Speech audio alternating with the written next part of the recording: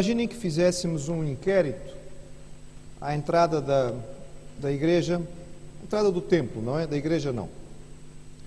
E este inquérito tinha um único objetivo, que era saber, as pessoas que aqui entram, uma razão simples. A pergunta seria básica, livre, em termos de resposta, e a pergunta seria apenas esta: por que é que você veio ao templo?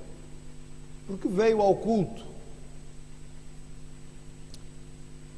Qual seria a sua resposta? O irmão não precisa responder para mim, mas creio que já na sua mente talvez tenha pensado nisto.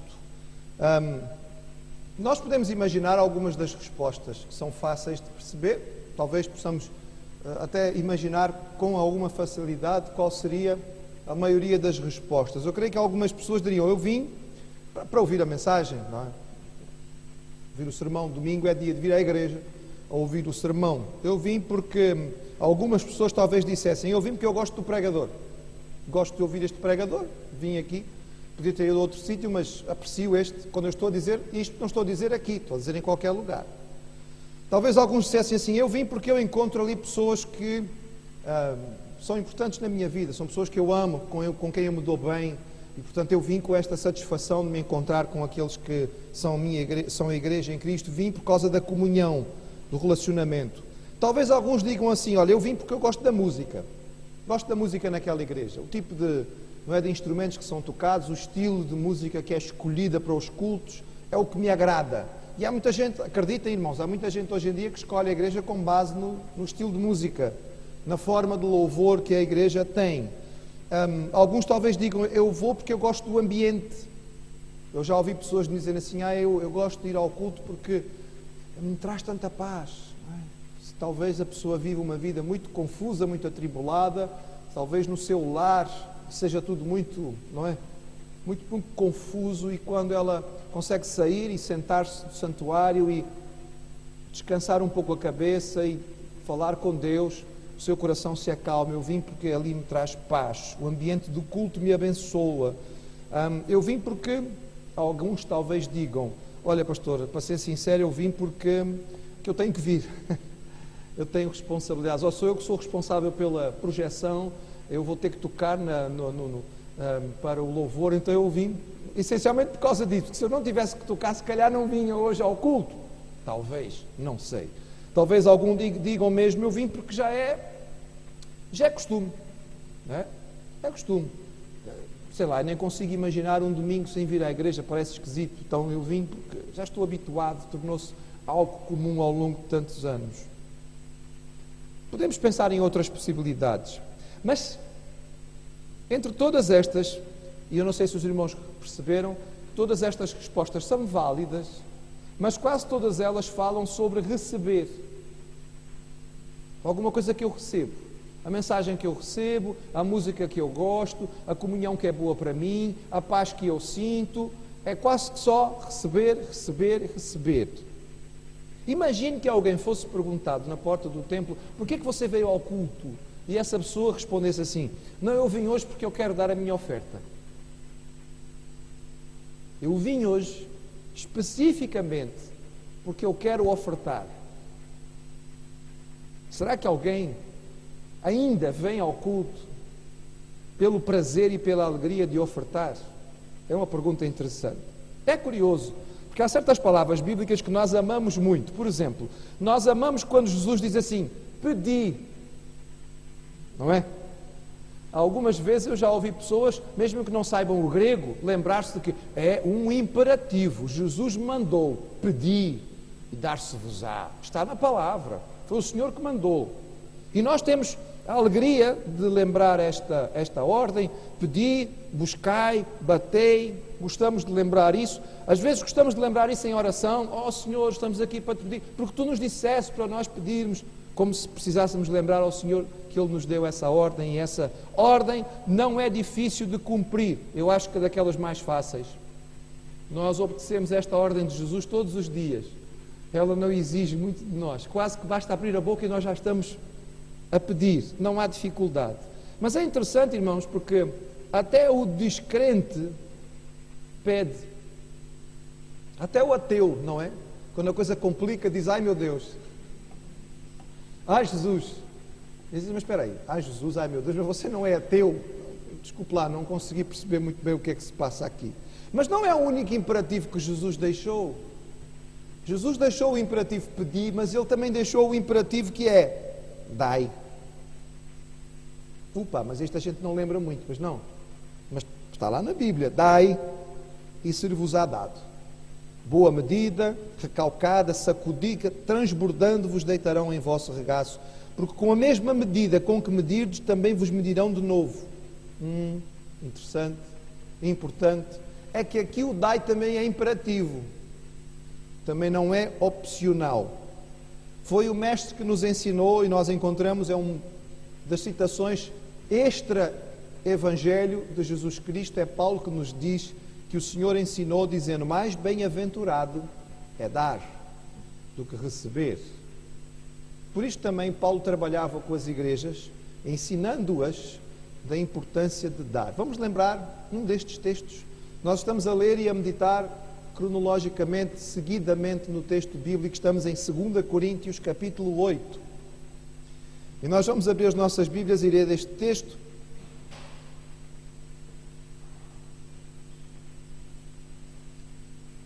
É daqueles textos que talvez os pastores não fossem buscar com muita frequência para pregar em cima deste texto, mas quando nós estamos a fazer a pregação expositiva e sequencial, temos que pregar o que vem a seguir. Não escolhemos, a palavra escolhe. E a palavra diz assim, Paulo escrevendo aos irmãos de Corinto no capítulo 8 da sua segunda carta. Também, irmãos, vos fazemos conhecer a graça de Deus dada às igrejas da Macedônia. Como em muita prova de tribulação houve abundância no seu gozo, e com a sua profunda pobreza abundou em riquezas da sua generosidade. Porque segundo o seu poder, o que eu mesmo testifico, e ainda acima do seu poder, deram voluntariamente, pedindo-nos com muitos rogos a graça e a comunicação deste serviço que se fazia para com os santos. E não somente fizeram como nós esperávamos, mas a si mesmos se deram primeiramente ao Senhor e depois a nós pela vontade de Deus. De maneira que exortamos a Tito, que assim como antes tinha começado, assim também acaba esta graça entre vós. Portanto, assim como em tudo abundais em fé, em palavra, em ciência, em toda a diligência e em a vossa caridade para conosco, assim também abundeis nesta graça. Não digo isto como quem manda, mas para provar pela diligência dos outros a sinceridade do vosso amor. Porque já sabeis a graça de nosso Senhor Jesus Cristo, que sendo rico, por amor de vós, se fez pobre, para que pela sua pobreza enriquecesseis. E nisto dou o meu parecer, pois isto vos convém a vós, que desde o ano passado começastes, e não foi só praticar, mas também crer. Agora, porém, completai também o já começado, para que assim como houve a prontidão de vontade, também haja o cumprimento segundo o que tendes. Porque se há prontidão de vontade, será aceita segundo o que qualquer tem, e não segundo o que não tem. Mas não digo isto para que os outros tenham alívio e vós opressão, mas para igualdade. Neste tempo presente, a vossa abundância supra a falta dos outros, para que também a vossa abundância supra a vossa falta e haja igualdade. Como está escrito, o que muito colheu não teve de mais, e o que pouco não teve de menos. Paulo já falara na sua primeira carta aos Coríntios, ele ordenara à igreja que juntasse uma oferta para ser levada aos irmãos necessitados em Jerusalém. E a necessidade era grande. Nós percebemos que a igreja de Jerusalém era uma igreja com necessidade quando lemos o surgimento desta igreja no livro de Atos dos Apóstolos. Os irmãos devem se lembrar que a igreja nasce no episódio do Pentecostes. Ora, o Pentecostes era uma festa judaica, onde se juntavam pessoas do mundo inteiro. E se os irmãos se lembrarem, o texto nos diz, no capítulo 2 do livro de Atos, que juntou-se gente de vários locais do Império Romano. Havia judeus que tinham vindo de tudo quanto era lugar diferente. E quando o Espírito Santo tomou conta daqueles 120 que estavam reunidos, eles começaram a anunciar o Evangelho do Senhor nas línguas nativas de todas aquelas regiões de onde tinham vindo aqueles judeus todos. E o texto diz que naquele dia converteram-se 3.000 e foram batizados. O que significa, irmãos, que uma parte significativa do que se converteram neste primeiro momento e que formaram a Igreja do Senhor eram pessoas que tinham vindo de outros lugares do Império, não eram de Jerusalém, não eram da Judeia. Tinham vindo do norte da África, tinham vindo da Grécia, tinham vindo de Roma, tinham vindo talvez até da Península Ibérica, vieram de vários lugares diferentes, porque o texto diz que tinham vindo de vários lugares. E agora como é que é? Juntou-se aquela multidão, e é por isso que o texto bíblico nos diz que logo no início da igreja, os crentes que moravam em Jerusalém, os crentes que eram da Judeia, os crentes que tinham recursos, começaram a ajudar imediatamente. Porquê? Aqueles que tinham vindo em viagem e peregrinação chegaram ali para a festa, mas vinham preparados para ficar uma semana, 15 dias, mas de repente ficaram. Mas os recursos acabaram. E agora vão ficar aonde? Como é que vão se hospedar? Vai haver trabalho para esta gente toda? Vai haver condições de sobreviverem? Aonde vão se hospedar? E começamos a perceber que a igreja de Jerusalém é entusiasmante nós pensarmos nos números, mas depois como é que damos assistência? Não é? Os irmãos já pensaram, às vezes nós pedimos a Deus avivamento. Queremos avivamento. Vamos imaginar que o Senhor respondesse a nossa oração por avivamento e no próximo mês convertessem-se 100 pessoas aqui na igreja. Aleluia, louvado seja o Senhor, que bênção! 100 convertidos. Isto na Europa seria um milagre absoluto, não é? Eu pergunto aos irmãos, estamos preparados para dar assistência a 100 novos convertidos? Ou os irmãos pensam que é o pastor que tem que dar conta deles todos? Acham que é possível? Vai conseguir? A igreja rapidamente cresceu e foi muito bom, mas como é que vão dar conta desta gente toda? É por isso que diz que alguns que tinham mais recursos, venderam o que tinham, desfizeram-se de propriedades, trouxeram dinheiro aos apóstolos para poder prestar assistência. Mas rapidamente isto começou a complicar. Lembram-se? Chegamos no capítulo 6 de Atos e já há murmurinho dentro da igreja. Em particular, exatamente pela comunidade daqueles que tinham vindo de fora. As viúvas gregas.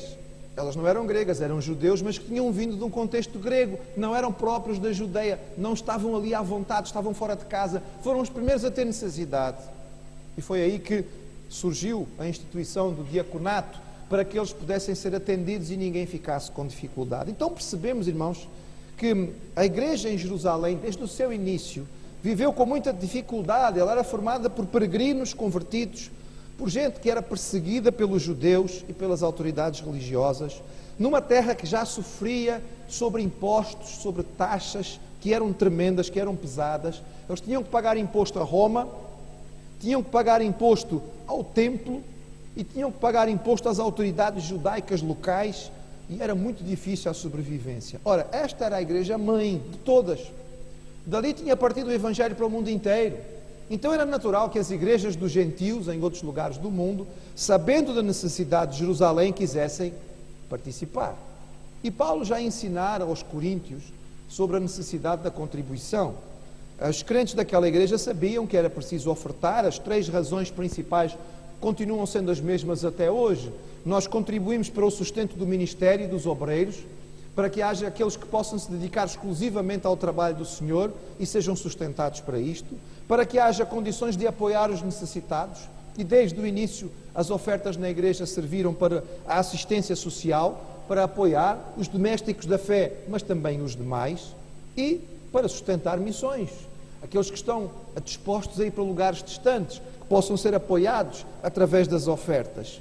Paulo começara a incentivar Corinto, e ele neste texto volta a falar sobre este assunto, e ele usa o exemplo das igrejas da Macedónia. A Macedónia era uma província romana, já há cerca de 2 séculos, e era uma província que tinha sofrido bastante sobre a dominação romana. Quando os romanos tomavam conta de uma província, eles sugavam todos os recursos.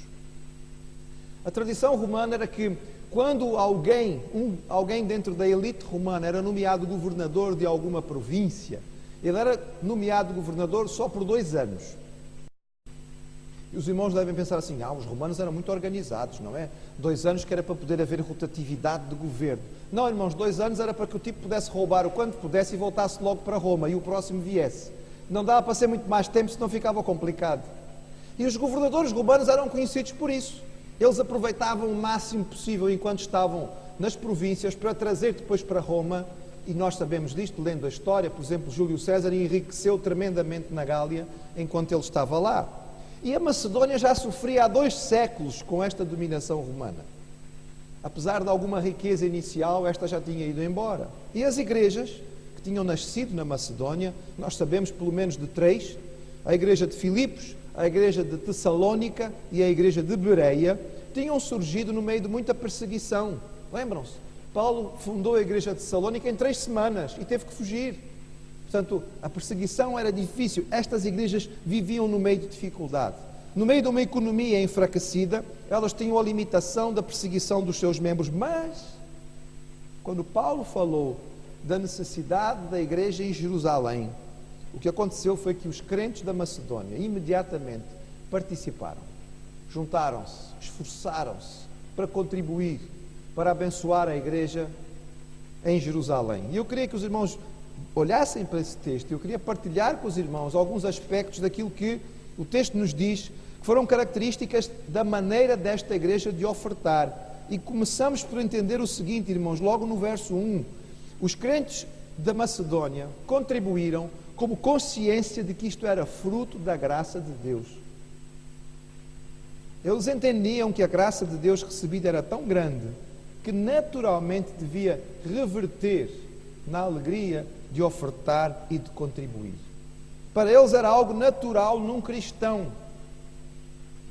Um cristão que tem consciência do tamanho da graça de Deus por si, não pode deixar de ter satisfação em também ser gracioso para com outros, abençoar outros.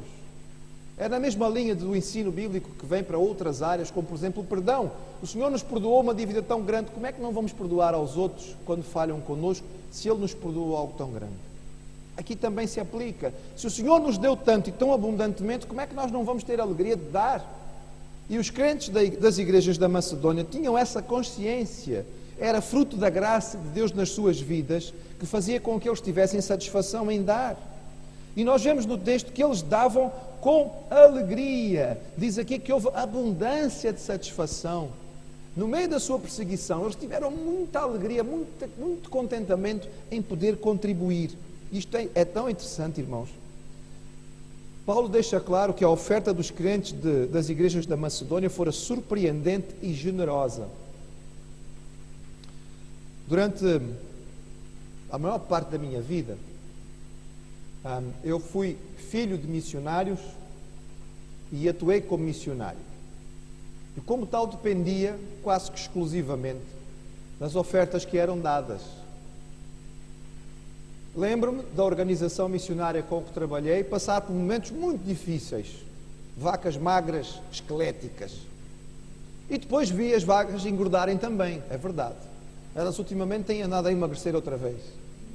Mas uma coisa que aprendi, irmãos, e que ficou sempre marcado no meu coração era ver, surpreender-me com a origem das ofertas que sustentavam missões. Porque às vezes nós achamos que aquilo que sustenta as ofertas missionárias e os missionários no campo são aqueles ricos nas igrejas que têm muito dinheiro, não é? E que dão ofertas muito grandes. Mas não é, irmãos. São pessoas simples, às vezes com poucos recursos, mas que dão com o coração, dão com alegria, têm uma satisfação de dar. Quando visitávamos as igrejas no Brasil, irmãos, por vezes éramos abordados por alguns irmãozinhos que participavam do nosso sustento. E eles davam aquele pouco que eles podiam dar, mas eles tinham uma alegria tão grande de ver o missionário, irmãos. Às vezes era constrangedor para nós, porque eles chegavam perto de nós com um verdadeiro ar de devoção, não é? E queriam tocar, era como se... Deixa ver se é verdade o missionário. Este é o missionário que eu estou a contribuir. Ele é médico missionário lá entre muçulmanos na África. Deixa eu encostar nele para ver se é de verdade. E era tão interessante, irmãos. E às vezes convidávamos para ir às suas casas, para nós partilharmos uma refeição. E às vezes eram casas tão simples, tão humildes. Quantas vezes nós fomos almoçar ou jantar na favela e eles às vezes sentiam-se constrangidos talvez para nos convidar, mas ficavam tão felizes de nos receber e nós percebíamos, aqui há dificuldade, aqui há luta para poder sobreviver, mas há alegria na contribuição. Deus ama quem dá com alegria, não quem dá apertado ou pressionado. Por isso Paulo vai dizer aos Coríntios: eu não estou a ordenar, compreendam bem, não vos estou a mandar. Se eu estou a dizer isso é bem para vocês. Mas ele continua nos dizendo como é que os macedónios tinham feito. Ele diz: e fizeram com sacrifício, com esforço. Aquilo que nós fazemos com facilidade, as ofertas que nós damos, que são a sobra, não custou nada. Jesus sentou junto ao gasofilácio do templo de Jerusalém. É um episódio muito interessante, porque a primeira pergunta que devíamos fazer neste episódio seria: por que é que Jesus se sentou junto ao gasofilácio? Talvez possamos entender que afinal o Senhor valoriza a maneira como damos. E ele viu algumas pessoas muito ricas chegarem e darem a sua oferta, mas a única oferta que Jesus mencionou foi aquela oferta pequenina, humilde, mas de coração. Sacrificial. Porque aquela viúva deu tudo o que tinha e foi a única que foi mencionada por Jesus. Os crentes da Macedónia contribuíram voluntariamente. O curioso de ler no texto, irmãos, é que o voluntário deles significava insistir com Paulo para contribuir, porque Paulo sabia a pobreza deles e nem tinha grande coragem de dizer a eles para darem a oferta, mas eles insistiram. E eu posso imaginar, pelo aquilo que Paulo diz aqui, pela força das palavras no grego original, que os crentes da Macedónia provavelmente disseram a Paulo: por favor, e Paulo disse: olha, mas vocês vivem com tanta dificuldade, mas deixa-nos ofertar, permite-nos a bênção de participar, porque isto vai fazer bem para nós. E Paulo foi contagiado por esta alegria dos crentes macedónios. O texto diz, irmãos, e isto é um ensino fundamental para nós, eles fizeram mais do que aquilo que se esperava, e o versículo 5 diz que eles se deram a si mesmos. A verdadeira oferta é aquela que carrega parte do dador. Os irmãos provavelmente já receberam vários tipos de ofertas diferentes. Às vezes nós ganhamos uma prenda que até tem algum valor em termos monetários, mas que não mexe assim muito connosco, não é? É aquele tipo de oferta que a gente sente que foi quase que obrigatório. É como aquele empresário que não tem tempo para se lembrar do aniversário de casamento, então manda a secretária escolher umas flores e uns bombons para mandar à esposa. E depois não entende porque é que ela não ficou contente de receber aquela oferta. E de repente nós recebemos aquele cartãozinho feito pelo nosso filho pequenino lá na escola, que ainda está todo rabiscado e meio torto, não é? Pode ser o neto também. E não tem valor absolutamente nenhum. Ninguém vai dar um centavo por aquele cartãozinho. Mas para nós, ele tem um valor tão grande. Nós guardamos com carinho, porque ele contém parte de quem deu. Irmãos, a verdadeira oferta tem que levar um pedacinho de nós, porque se não levar, vai faltar aí a essência. E os macedónios deram-se a si mesmos. Quando eles deram aquela oferta, era uma maneira de eles dizer: nós amamos a igreja em Jerusalém, foi dali que veio a mensagem para nós, foi de lá que chegou até nós o evangelho de salvação, e estes irmãos são importantes para nós estamos aqui a contribuir com esforço, mas com alegria, com satisfação. Isto é um pedacinho de nós que vai para eles, e por isto valeu tanto. E é claro que esta oferta foi uma oferta abençoada pelo Senhor, abençoada nos corações daqueles crentes e daquela igreja. E diante deste exemplo, Paulo incita os crentes a contribuírem. Ele recorda o exemplo maior de todos, que é o de Jesus, que se deu a si mesmo, que sendo rico se fez pobre por nós. E Paulo vai então insistir com os crentes da igreja em Corinto, e eu queria deixar com os irmãos estes dois recados que Paulo dá no fim desta meditação. Paulo dá dois recados no fim que eu creio que são muito importantes para nós. São recados práticos, não são mistérios da teologia, mas são coisas bem simples. O primeiro recado que Paulo dá essencialmente é o seguinte: vocês têm mostrado vontade de contribuir.